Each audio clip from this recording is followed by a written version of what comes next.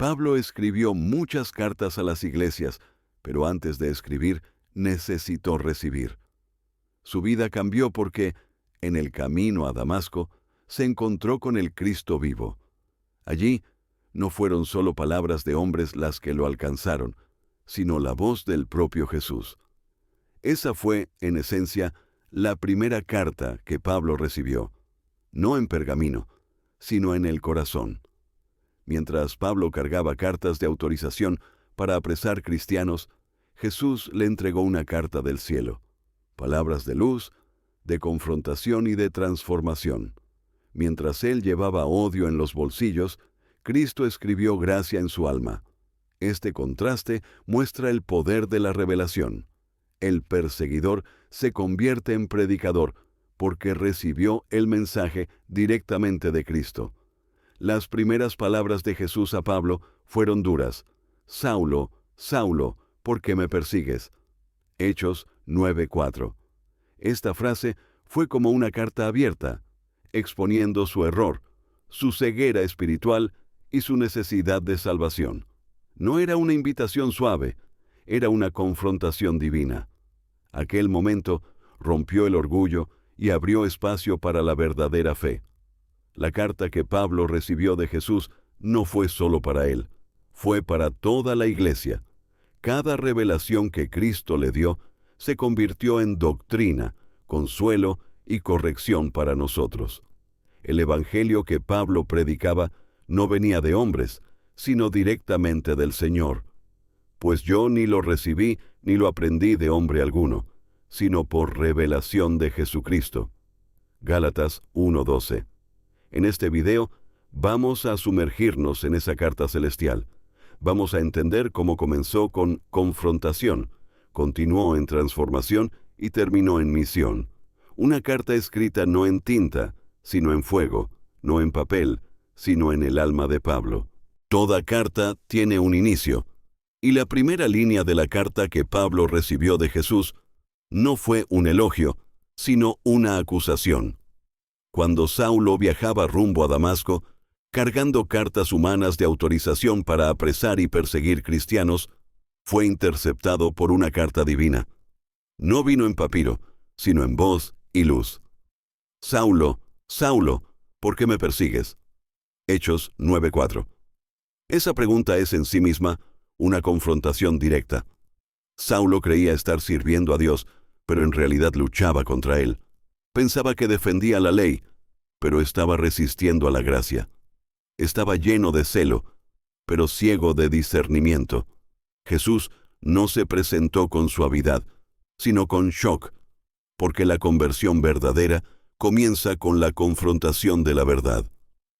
Ese llamado por el nombre, Saulo, Saulo, es la señal de una carta personal. Cristo no habla en general, no acusa de forma abstracta, va directo al corazón. Es una convocatoria íntima, mostrando que Dios conoce a cada perseguidor, a cada rebelde, a cada pecador por nombre. El Señor no solo ve nuestros pecados, Él los confronta. Y la pregunta, ¿por qué me persigues?, revela una realidad espiritual profunda. Perseguir a la iglesia es perseguir al propio Cristo. Saulo pensaba estar persiguiendo hombres, pero Jesús revela que cada golpe contra los santos era un golpe contra él. Aquí está la revelación. Cristo se identifica con su iglesia. Él sufre con los que sufren. Él es herido cuando su pueblo es herido. Esa confrontación derribó a Saulo al suelo.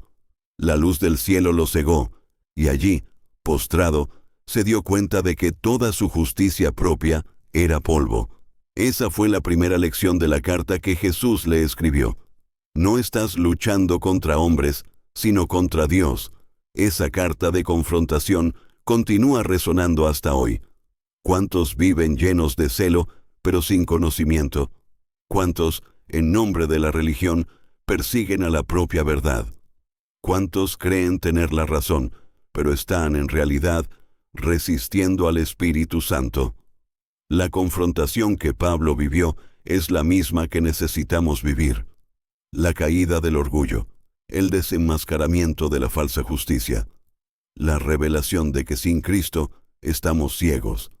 La carta del confrontamiento nos recuerda que no hay encuentro verdadero con Jesús sin una caída.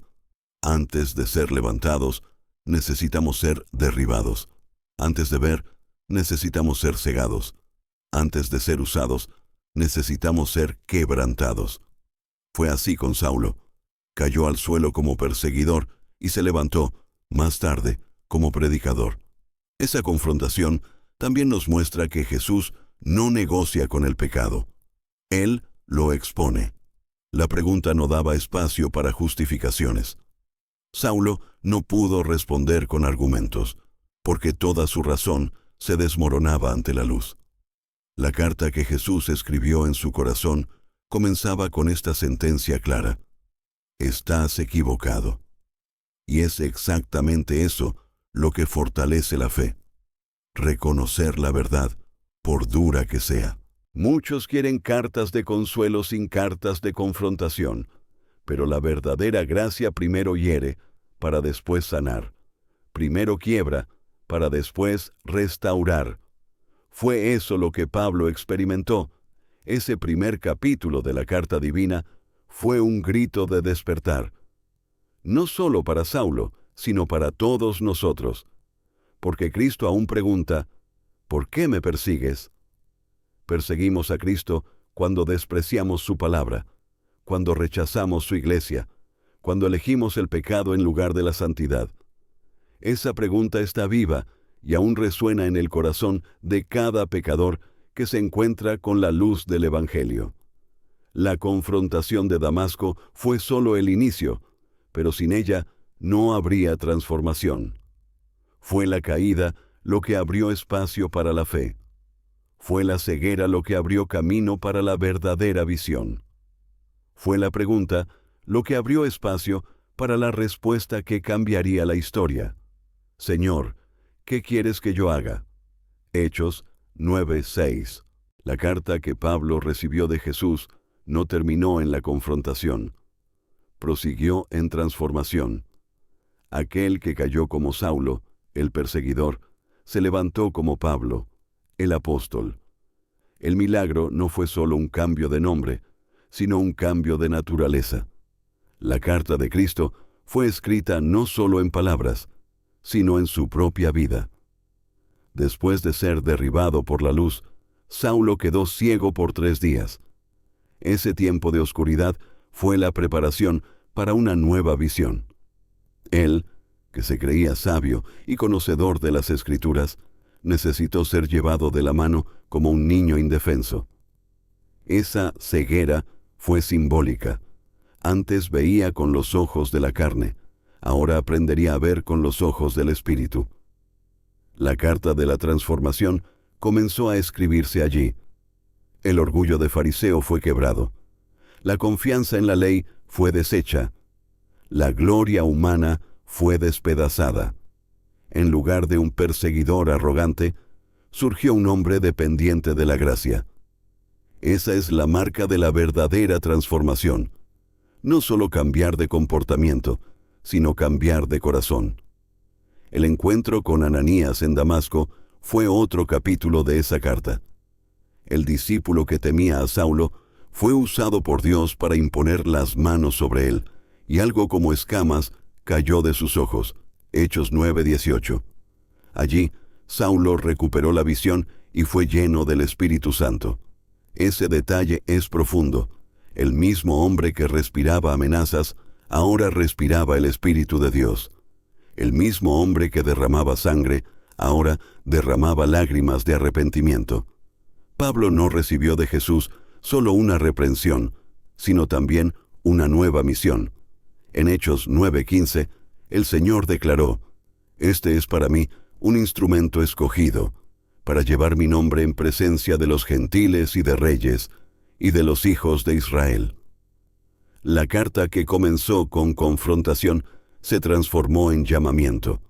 Jesús no solo mostró el error, sino que reveló el propósito.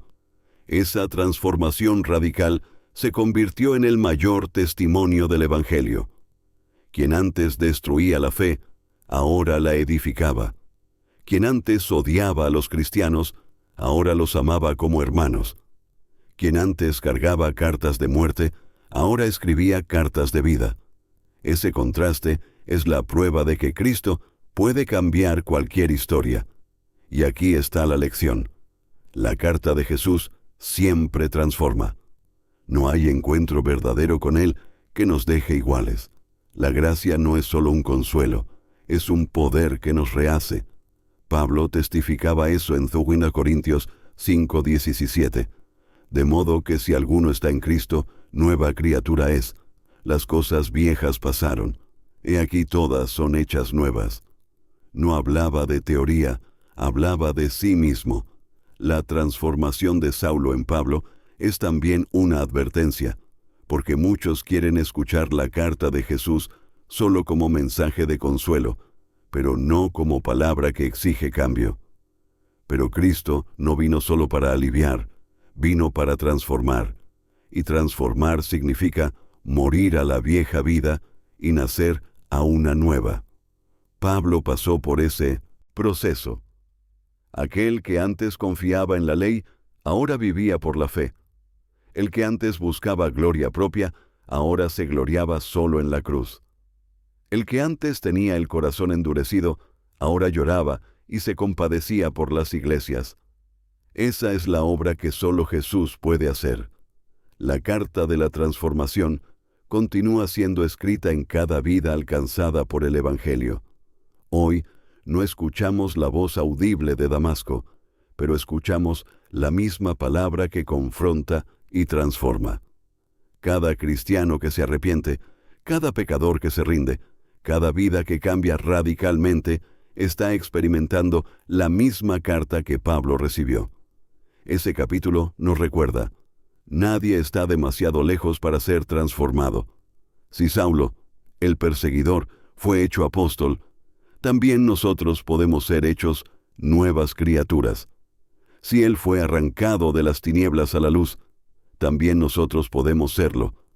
El Evangelio no solo perdona, transforma. Y aquí está la confrontación final de este capítulo. ¿Hemos permitido que la carta de Jesús transforme nuestra vida? ¿O aún insistimos en vivir como antes, solo cambiando la apariencia, pero no el corazón? Pablo nos muestra que la gracia no es cosmética, es quirúrgica. No remienda, rehace, no ajusta, renueva. La carta de la transformación hizo de Pablo el mayor predicador de la iglesia primitiva. Pero, antes de eso, hizo de él un hombre nuevo. Y es eso lo que Jesús quiere escribir en nosotros. Una historia nueva, marcada no por la persecución, sino por la misión. La carta que Pablo recibió de Jesús no terminó en la confrontación ni en la transformación. Avanzó hacia el llamamiento. El Señor no solo lo derribó, no solo lo regeneró, sino que también le dio una misión. En Hechos 9:15, el propio Cristo declara: «Este es para mí un instrumento escogido, para llevar mi nombre en presencia de los gentiles y de reyes, y de los hijos de Israel». Esas palabras son el corazón de la carta del llamamiento. Saulo, que antes llevaba cartas de condenación contra los cristianos, ahora se convertía en una carta viva de Cristo, no más mensajero de la muerte, sino portavoz de la vida, no más perseguidor de la fe, sino proclamador del Evangelio. Esa es la gran inversión que solo el Espíritu Santo puede realizar. El término instrumento escogido es profundamente simbólico. Un instrumento no vive para sí mismo, sino para contener algo mayor. Pablo no fue llamado para ser exaltado, sino para llevar el nombre de Jesús. Su valor no estaba en sí mismo, sino en aquello que cargaba. En 2 Corintios 4:7, él escribiría: «Pero tenemos este tesoro en vasos de barro, para que la excelencia del poder sea de Dios y no de nosotros». Ese llamamiento no era ligero. Jesús dejó claro que el costo sería alto, porque yo le mostraré cuánto le es necesario padecer por mi nombre. Hechos 9:16. Pablo fue llamado no solo para predicar, sino para sufrir. Su ministerio sería marcado por prisiones, azotes, rechazos e incluso por la muerte. Pero, aún así, él abrazó ese llamamiento como honor, porque comprendió que sufrir por Cristo es participar de su gloria. La carta del llamamiento también tenía un alcance universal. Pablo sería el apóstol de los gentiles, el predicador que llevaría el evangelio más allá de las fronteras de Israel. Su ministerio abriría caminos para que la salvación llegara a todas las naciones. Él, que antes quería limitar la fe a los patrones de la ley, ahora sería instrumento para expandirla hasta los confines de la tierra. Aquí está una verdad confrontadora. Todo llamamiento genuino viene acompañado de renuncia. Pablo no escogió su camino. Él fue escogido. No definió su misión. Él la recibió. El verdadero siervo no negocia con Dios, obedece. Esa obediencia le costó la vida a Pablo, pero también le dio una eternidad de gloria. Ese capítulo de la carta de Jesús también resuena para nosotros, porque, al igual que Pablo, también somos instrumentos escogidos. Cada creyente fue llamado no solo para creer, sino para llevar el nombre de Cristo. No hay cristianismo sin misión. No hay fe verdadera sin testimonio. No existe discipulado sin renuncia. Y aquí está la pregunta: ¿hemos vivido como instrumentos escogidos o como vasos vacíos? ¿Hemos llevado el nombre de Jesús o solo nuestros propios deseos? Pablo nos recuerda que el valor de un vaso no está en su apariencia, sino en el tesoro que contiene. Si llevamos a Cristo, somos ricos, aunque pobres. Si nos llevamos solo a nosotros mismos, estamos vacíos, aunque parezcamos fuertes. La carta del llamamiento es también carta de aliento, porque si Cristo llama, Él también sostiene. Pablo pudo enfrentar prisiones, porque sabía que estaba en el centro de la voluntad de Dios. Pudo soportar azotes, porque comprendía que su sufrimiento no era en vano. Pudo permanecer fiel hasta la muerte, porque tenía la certeza de la corona que lo esperaba. Esa misma certeza necesita reforzar nuestra fe hoy. El llamamiento de Cristo no es fácil, pero es glorioso. No es cómodo, pero es eterno. No es terrenal, sino celestial. Y cada uno de nosotros, al recibir ese llamamiento, necesita responder como Pablo: Señor, ¿qué quieres que yo haga? Hechos 9:6. Ese es el punto central. Jesús no solo salva, Él envía. No solo perdona, Él comisiona. No solo nos transforma, Él nos convierte en instrumentos. La carta que Pablo recibió de Jesús fue, sobre todo, una convocatoria a dedicar cada respiración, cada lágrima y cada gota de sangre a la causa del Evangelio. Y es por eso que, hasta hoy, su ejemplo refuerza nuestra fe, porque la misma voz que lo llamó continúa llamándonos a cada uno de nosotros. Instrumento escogido, no para nuestra gloria, sino para la gloria del nombre que llevamos. Ningún llamamiento puede ser cumplido sin sustento, y la carta que Pablo recibió de Jesús no fue solo de confrontación y misión, sino también de gracia, porque Cristo no solo exige, Él también provee. No solo envía, Él también sostiene. La frase que se convirtió en el resumen de su camino fue una línea de esa carta divina: Bástate mi gracia, porque mi poder se perfecciona en la debilidad. 2 Corintios 12:9. Pablo conocía sus limitaciones. Él habla de un aguijón en la carne, algo que lo atormentaba y lo mantenía dependiente de Dios. 3 veces pidió que el Señor lo librara, y 3 veces escuchó la misma respuesta: la gracia sería suficiente. Esa fue una de las mayores lecciones de su vida, y también de la nuestra. La carta de la gracia revela que Cristo no nos promete ausencia de dolor, sino presencia de poder. Pablo no recibió alivio inmediato, sino recibió fuerza continua. no recibió la remoción de la lucha, sino recibió capacidad para soportarla. Esa es la esencia del Evangelio. No es la ausencia de debilidad lo que glorifica a Dios, sino la presencia de su fuerza en medio de nuestra debilidad. Esa respuesta cambió la perspectiva de Pablo. Él pudo declarar: por tanto, de buena gana me gloriaré más bien en mis debilidades, para que repose sobre mí el poder de Cristo. 2 Corintios 12:9. El perseguidor transformado en apóstol ahora se alegraba no en su capacidad, sino en su incapacidad, porque entendió que cada debilidad era espacio para que Cristo se manifestara. La gracia no era solo un concepto para Pablo, era una experiencia diaria. Fue la gracia lo que lo sostuvo en naufragios, en azotes, en prisiones, en noches frías y solitarias. Fue la gracia lo que le dio fuerza para escribir cartas cuando los ojos estaban cansados y las manos encadenadas. Fue la gracia lo que le dio canciones en Filipos, incluso con la espalda herida. Fue la gracia lo que lo hizo resistir delante de gobernadores y reyes. Y aquí está la verdad confrontadora. La gracia solo es suficiente para quien reconoce la propia insuficiencia. Muchos no experimentan ese poder porque aún confían en sí mismos. Pablo necesitó ser despojado de toda autosuficiencia para aprender a depender.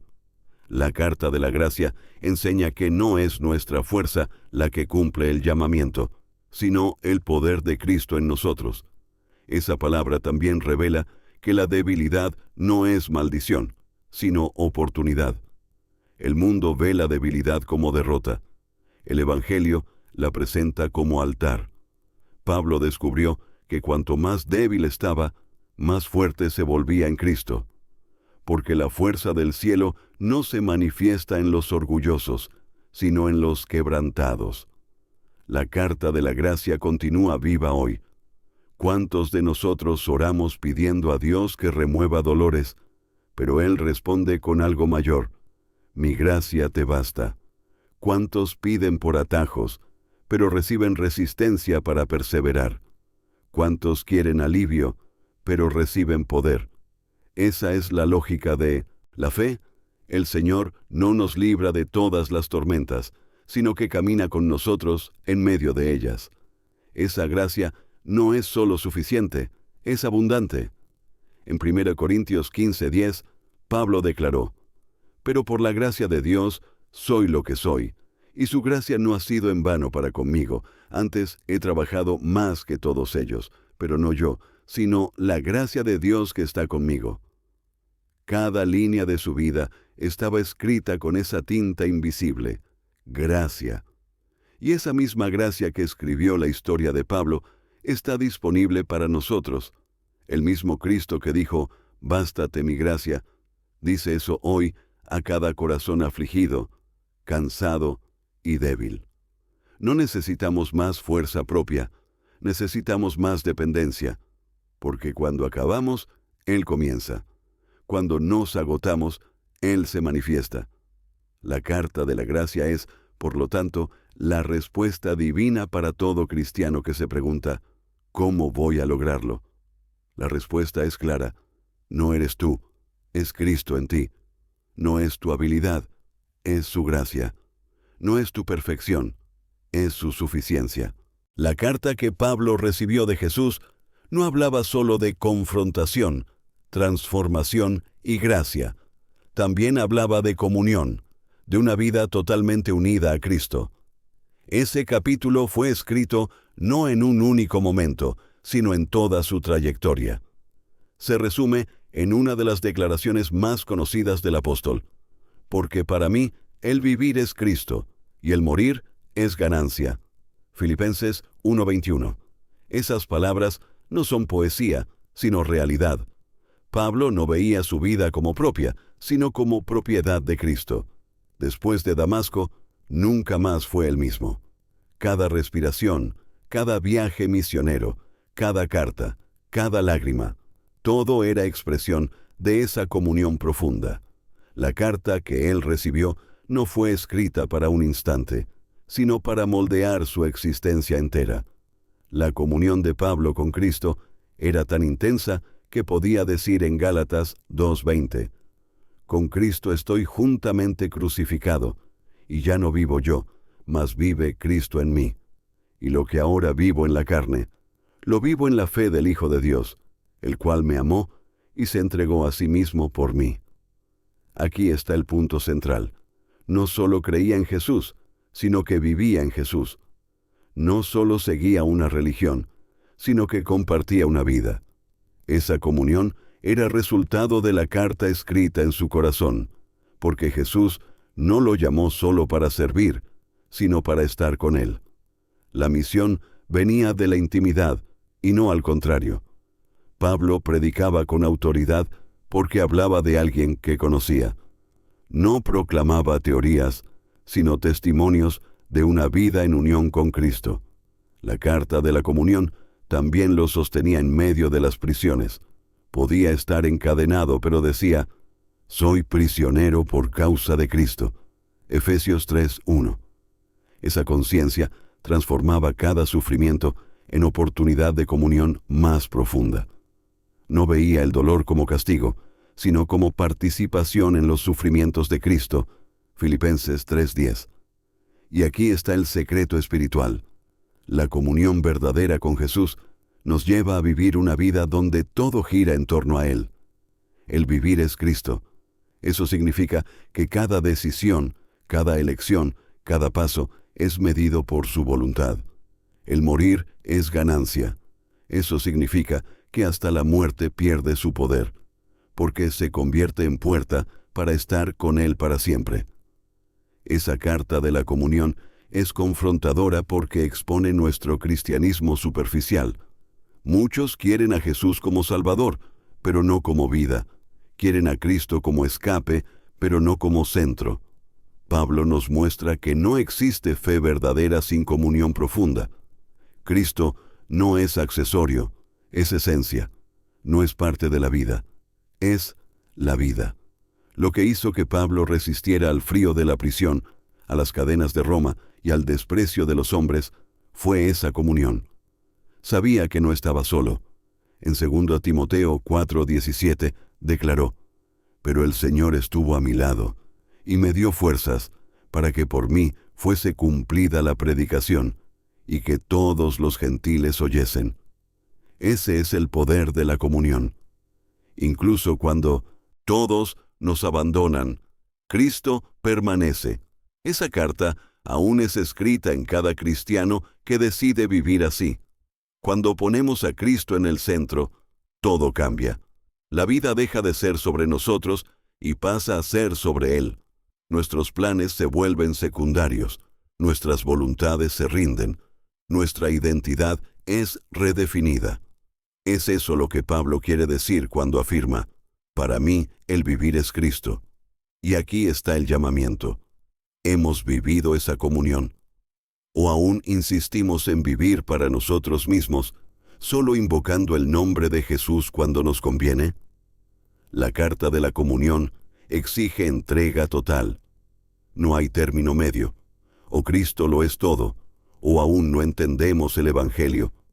Esa carta escrita en el corazón de Pablo es también para nosotros. El mismo Jesús que lo transformó en instrumento escogido nos llama hoy a vivir en comunión con Él. No para tener una vida religiosa, sino una vida llena de su presencia. No para solo conocer la doctrina, sino para experimentar la intimidad. Y al final, ese capítulo de la carta solo puede resumirse así. La vida cristiana no es sobre nosotros, es sobre Cristo en nosotros. Toda carta que comienza en confrontación necesita terminar en esperanza.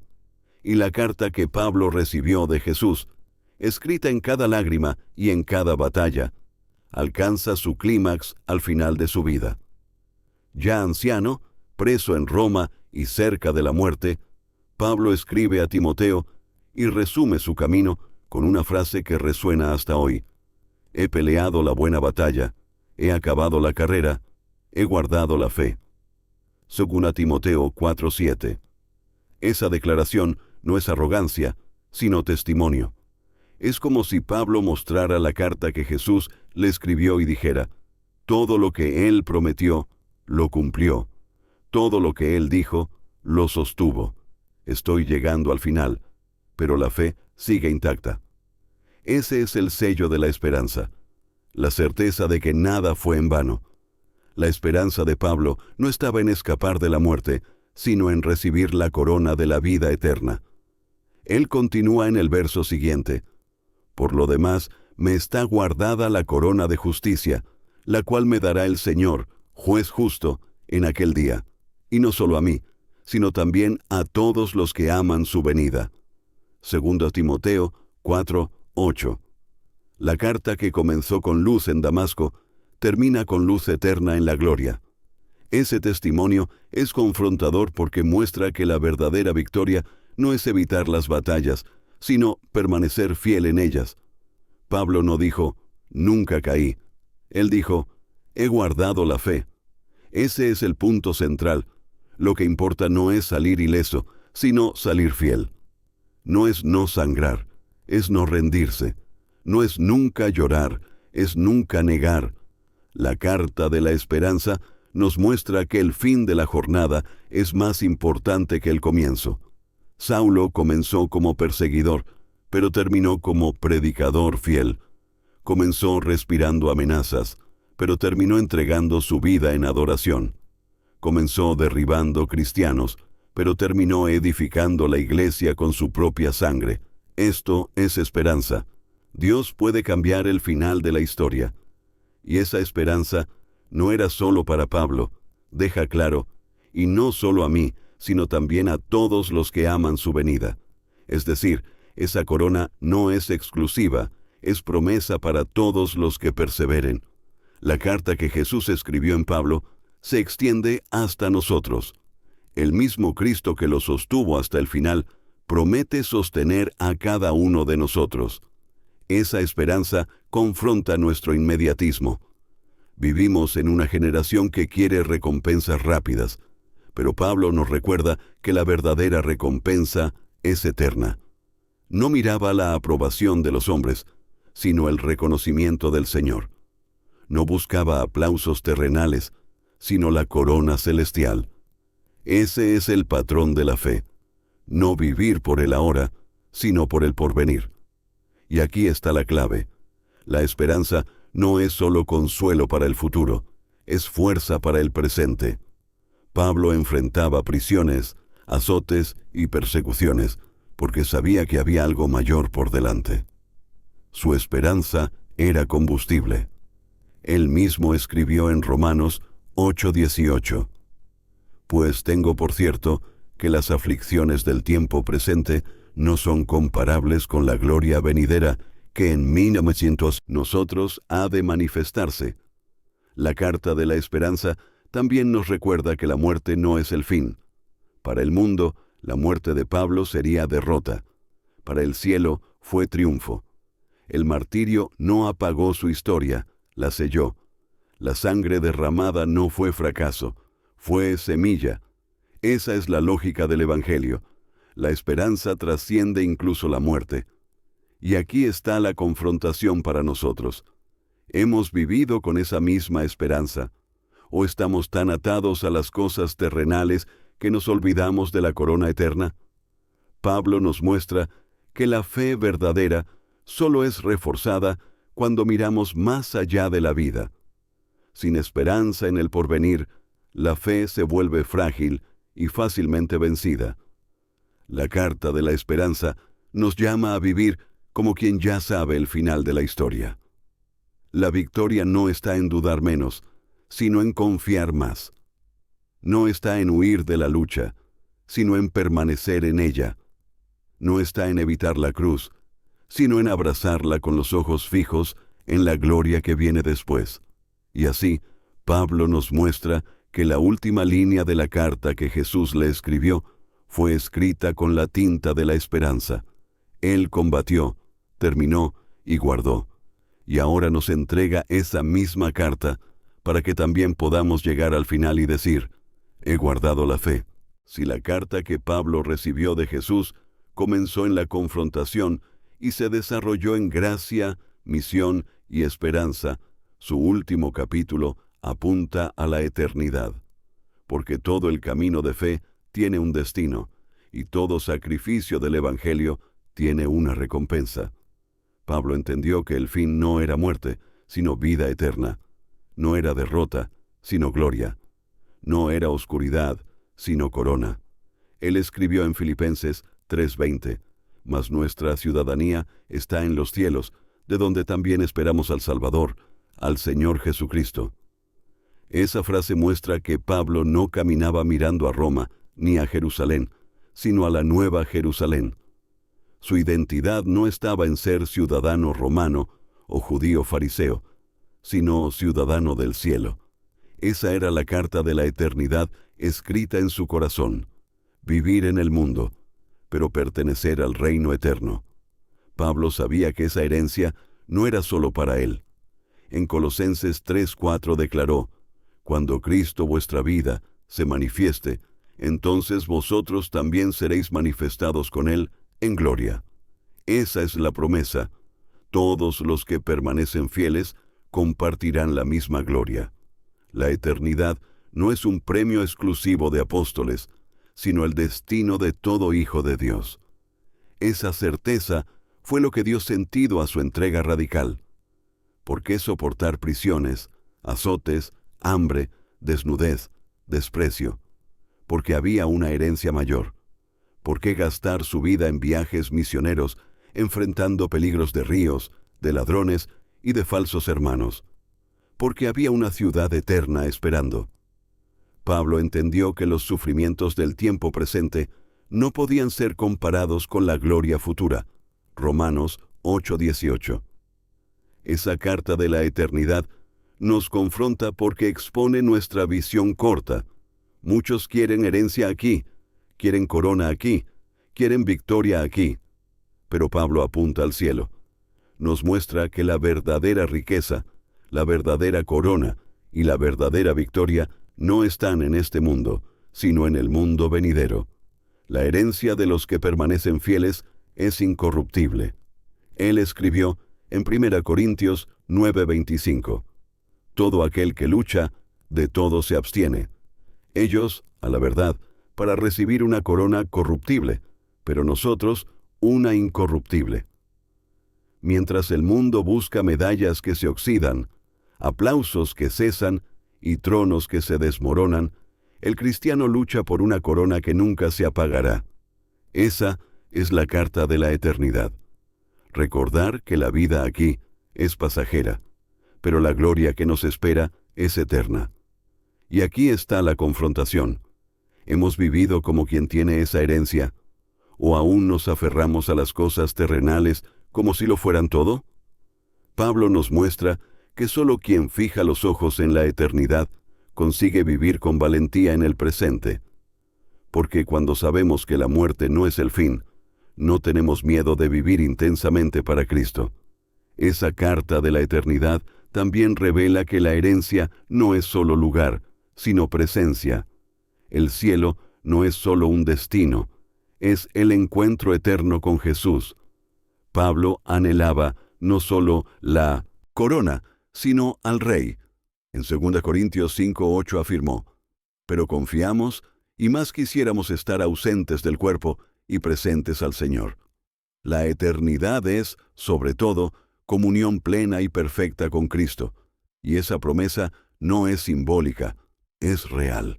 El mismo Jesús que encontró a Pablo en el camino de Damasco es el que lo recibió en la gloria. El mismo Cristo que lo sostuvo en las prisiones es el que le entregó la corona. Aquel que escribió la carta en su vida fue el mismo que firmó su final con la palabra vencedor. Hoy, esa carta continúa siendo entregada a cada creyente fiel.